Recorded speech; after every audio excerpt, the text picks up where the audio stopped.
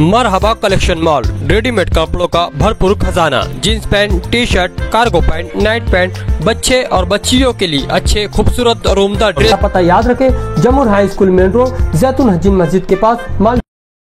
अडवाई हिरे साहब, श्री कोतवाल साहब, डॉक्टर दिनेश बच्चाओ साहब, आज यहाँ पर सब लोग आए हैं अपने मसाइल रखने, अपने जो भी मसले हैं वो रखने। मेरा मकसद आने का बिल्कुल साफ है कि अडवाई आबा हिरे को जो लोग जेल में डालना चाहते थे, जब ये खबर हम तक आई, हमारा ताल्लुक तो हिरे फैमिली से हमेशा से रहा, मगर हम भी चाहते थे कि वो जेल जाएं। मंत्री साहब को लगता था कि ये जेल जाएंगे तो इनके हौसले टूट जाएंगे, और हमको लगता था कि ये खानदानी लोग हैं, ये जेल जाएंगे तो इनके हौसले बुलंद हो जाएंगे। और आज हमारी बात इसलिए साबित हुई कि आपा जब जेल से छूट कर आए तो आपा मंत्री साहब के करीब के लोग बोल रहे मंत्री साहब से चूक जाली कि उनसे चूक हो गई। मालेगांव शहर के हालात महानगर पालिका के क्षेत्र के आप देखेंगे तो ये 20-25 सालों में बहुत खराब हुए हैं। अभी हमारे श्री कोतवाल साहब बोल रहे थे कि यहाँ से बम्बई जाने वाली रोड के बारे में। अरे हमारे यहाँ हाल ये है कि जो पुल बन रहा है, आप उसका स्टील देख लेंगे कौन सा डाला गया, तो सारा शहर देखा है, इतना भ्रष्टाचार इस शहर में कभी नहीं हुआ।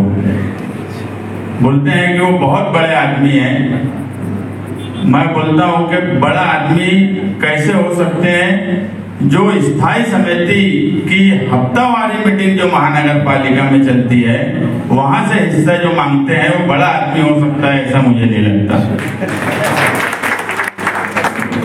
एक आमदार, एक नगर सेवक जो स्थायी समिति में नहीं है, एक पार्टी का अध्यक्ष भी स्थायी समिति में अपना हिस्सा नहीं मांगता। आप देखेंगे जो काम हो रहा है, मैं आपा को बोलूंगा कि एक बार इसका एस्टीमेट तो निकालो। जो हमारे महापुरुषों के नाम पर भ्रष्टाचार करने जा रहे हैं, उनके सुशोभीकरण पर जो करोड़ों रुपया खर्च हो रहा है, अगर ताल्लुके में कामकाज का मसला है आप ताई के सामने रख रहे हैं तो इसकी एक बड़ी वजह है हमारे यहाँ भ्रष्टाचार की। करोड़ों रुपये का सुशोभीकरण महापुरुषों के नाम से हो रहा है, मगर उसमें भी बड़ा भ्रष्टाचार है।